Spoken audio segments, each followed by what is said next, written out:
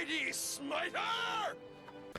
Hey, what's up everybody? My name is Scrimps, and today I wanted to share the build that I've been playing in Path of Exile's 3.27 Keepers of the Flame League. We're first going to show you a little bit of gameplay while we explain the very basics of the build, and then we'll dive into the PoB, the specific choices you made, and some of the directions you might take the build from here. I will be continuing to update this build as I play more, but this is just the current version where I'm at right now, and it's been feeling pretty strong, so I just wanted to get it out there for everybody. Without further ado, let's get into it. The build in question is none other than SMITE SLAYER. I played SMITE on Champion last league, and it was incredible. I wanted to play a starter this league that I was comfortable with, so SMITE seemed like an obvious choice, but I also wanted to try it out on SLAYER for comparison. Champion offers better survivability and some great QOL, while SLAYER brings a boatload of raw damage to the table. SLAYER also seems to feel strong earlier in progression, as you don't need things like the Celestial Brace to get the most out of your Ascendancy points. Regardless of your Ascendancy choice, SMITE is an excellent all-around skill. Want a boss? We can do that. Trying to blast Giga Juice maps? Press Vol Smite and watch as the entire screen melts in front of you. How is this not the most satisfying button in the game? We also have a lot of options to customize the build and tailor to our needs. If you're feeling a bit squishy and you just want to level, you can easily drop some damage for more survivability and vice versa. One of the other strengths of the build is that we don't have any mandatory uniques. While I do recommend you get Rakiata's Dance and a decent Lethal Pride ASAP, you don't need these for the build to work. With the Genesis tree giving us really solid gear for cheap, you can hit the ground running with decent rares and pick up these uniques whenever you're able. Let's dive into the PoB and go over some of the choices we made. Alright, so first we're going to do a real quick tour of everything we've got going on, and then I'll go over some of the individual choices with you. So I have leveling trees for Act 1 all the way up through the end of the campaign. I've got an early map respec tree, level 80, and then once we spec off of Precise Technique, I also have a crit respec tree here, and then my current endgame tree that I'm using right now. Over in skills, we've got early maps PT, early maps crit, and the endgame setup. Same thing over here in items. And then if you go over here into the notes, I've tried my best to type up an exhaustive notes section to cover everything I could possibly think of. This will definitely be getting added to as I flesh out the build and do some more min-maxing with it. But for right now, I have a leveling guide here. This isn't necessarily the best possible leveling. This is simply what I did when I went through the campaign. If you have any suggestions, you definitely leave those in the comments below. And if you have another leveling build that you like, you know, especially if you're playing this as like a second character for the league, then you can just go with whatever you'd like for leveling. You don't have to follow this exactly. This is more if you were doing this on a fresh start. I wanted to make sure I had this information there. I've got the Ascendancy order here. I put in some notes about early maps. You can try to prioritize, you know, where to spend your resources, whether you're in trade and you're spending money to buy items from people, or whether you're in SSF and you're spending currency to craft your things. Try my best to just kind of give you an idea of like where you should be spending those as you gain power. A little bit of information about graphs here. We'll go over that a little bit more later, and then some late game optimization. This is just some theories I have for where you could take the build from here. Definitely want to mess around with some of these, and I'm the kind of player that really likes min-maxing a build, so I'm going to see where we can take this. And then I've got some map regexes down here as well. These are just, if you want to make your own regexes, you can always go to PoE.re, or if you're capable of making them yourself, you can just do that. I just wanted to include these here, so if people wanted them, they were there. So let's get into some of the actual choices that we've made. All right, so for specific choices, I want to start off by going over our gear here, and we're going to look at the uniques first. Rakiata's Dance and Yoke of Suffering are pretty similar in that they're both just, for the cost, completely impossible to beat. You can get some crazy rares that will eventually beat these things, like, you know, Yoke, you could get like Focused Amulet or a Simplex Amulet, or you could try to like get like a triple synth amulet or something like that. But those things are absurdly expensive, and Yoke is not absurdly expensive. So for both of these, I would say pick these up as soon as you can. They're both incredible, and you're not likely to replace them unless you take the build to obscene levels of budget. Next up, we've got the Taming. The Taming is the best thing you can get here for damage. However, you are giving up virtually all survivability on there. You definitely get some Ellie res, which is nice, but that's something that's pretty easy to come by in other places. If you find yourself getting clapped a little bit too much in your maps, you might consider replacing this with a rare that has a really nice life roll, something that looks a little more like this. But if you don't find that that's a problem, the Taming is an excellent choice, and they're fairly cheap. Like, I was able to get this one rolled like this with quality for 2 divine. So you could definitely get a worse one for much cheaper and still get most of the effect. Finally, going down to our jewels, we've got Lethal Pride and the Light of Meaning. You can run either of these in either one of these slots. I got this Lethal Pride because it's got Rage on melee hit, it's got Chance to Intimidate enemies on hit, and it's got endurance charge on kill. I think if you can get all 3 of those on a lethal pride, that's fantastic, but it doesn't have to be in this slot. It could also be over here. You can go over to here on the find timeless jewel thing, put in 111, and let's say we wanted to check Wind Dancer. We can click search here. It's going to pull up all of those, and then we can pull up this search and see if any of these are available, and that'll be all of these right here are the 4 that have all 3 of these on them. And let's say none of those are available, you can go back and check the duelist slot, and then you see right here, boom, same thing. And this should be set up like this when you load the PoB, so if you want to check this for yourself, this should be available. Next up for rares, we're going to go over our clusters. Now for this here, I think the best in slot would actually be Graceful Execution and either Fuel the Fight or Feed the Fury out front. I rolled this very early, and I do still sort of need the accuracy from Martial Prowess, so I've been keeping this on for right now, but you've got some options there. As far as a medium cluster goes for crit, a basics pain pressure points pretty hard to beat. You could also go with any combination of those 2, like one of those 2 and quick getaway would be decent as well, but I think that this is probably the best one here. And then the jewel's pretty basic over here. You can get a Watcher's Eye, but right now I wasn't sure what auras I was going to go with long term, so I haven't looked into it just yet. We've got stuff with like, you know, life, some crit, a little bit of attributes that I'm using right now on here. I'd like to not need that in, but as of right now I still do. Then over here, this jewel, this is pretty important. You want to make sure that you've got one jewel with chance to poison on it, because chance to poison with yoke gives you quite a bit more damage. You see over here we're picking up about 1.5 million damage. And the only other way to really get that easily is to tattoo an intelligence node, but with the way we're pathing, we don't take any of them. So I've opted to instead get a chance to poison on one of these jewels here. You don't have to do that, but I think with yoke, it's just the easiest way to squeeze a little bit more damage out of that. Next up, we'll go over our armor pieces. For a helmet here, for the implicits, attack damage, reduced mana cost of attacks is great. Reduced mana cost of attacks you're always going to have. The attack damage could be reservation efficiency of skills or something else.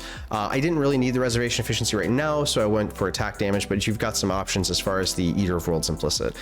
For your chest, you definitely don't need anything this nice. I got super lucky when I was crafting this.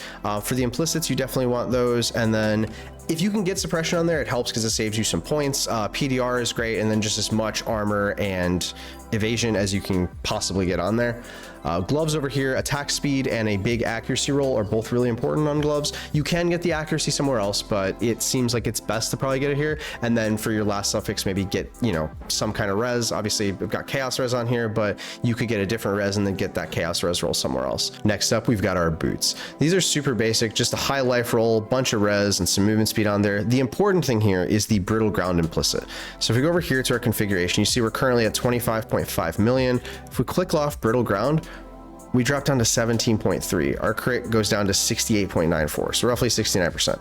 Nice. Rounding out our gear, we've got our belt here, and this is just a basic Stygian Vice with resistance, some strength, good life roll. If you get a belt that has 3 suffixes and the good life roll and 2 open prefixes, you can slam it with a Hunter Orb, and you've got a pretty decent chance to hit increased max life there. That's exactly how I made this one. If you're interested in some crafting guides on some of these other pieces, definitely let me know in the comments below, and I can work on getting those out for you guys as soon as possible. So that's the current endgame gear set. I just wanted to go over a couple of these choices here in the early setup as well. For early on, prior to getting Rakiata's Dance, I actually think you're better off using a 2-handed axe over a 2-handed sword, and that's because of the Hatchet Master node down here, along with being able to get 2 rage on hit from the mastery. Until you have Rakiata's, I do think that an axe is just a little bit better, and that is reflected in these trees over here. So if we go back to the level 80, you see we're still taking axe over here, we're still taking PT, and even when you switch to the crit respec, if you haven't picked up Rakiata's yet, you can keep using this and it's good. So we'll go back to our gear over here. Alpha's Howl, it's not an amazing item, but you can get it for like 1 chaos on the first day before you have your Brine King Pantheon. You get a little bit more power out of your auras, you get a little bit of extra mana reservation efficiency of skills, you can't be frozen. I think just for the price of it, like literally for like a day 1, day 2 kind of thing, it's an amazing unique, and it can fill a slot for you until you have an actual good piece to put there. Carnage Heart is a nice budget replacement for Yoke. It gives you a bunch of attributes, it gives you a decent amount of resistances, and since we're always leeching because we're on Slayer, we're always getting the benefit of that increased damage while leeching. So this is a decent, very budget option for Amulet early on. And that's pretty much it. The rest of the stuff is just like whatever basic gear you can throw on that meets your requirements for resistances and things like that. All right, so with gear out of the way, we just need to go over our skills. So this is our 6th link for our main skill here with Vol Smite. Awakened added lightning damage, incredible. Awakened Ellie damage, obviously incredible, but you don't need both of these. Added lightning should be pretty cheap, so you should be able to pick this up anyway, but it does come with a fairly steep int requirement. So if you can't meet that right away, you can always replace this with something like increased critical strikes, or if you're able to get Trinity working, you can run that as well. Ellie damage with attacks, again, you don't need this, but it's amazing once you can get it because you're able to then run reflect Ellie maps. Multi-strike, volatility, these are both fantastic. You can obviously get Awaken multi-strike if you've got a ton of money and you want to dump that in, but totally not necessary. And then for the last one, you can run either increased critical damage or you could run increased critical strikes. They're both fairly similar, so just check and make sure you see like which one's doing better for you on your damage. Down here, this is my second 6th link. Right now, I'm running this setup. I am planning on looking into a 6th link aura setup with an Enlightened 4 in here at some point, but I haven't gotten to that just yet.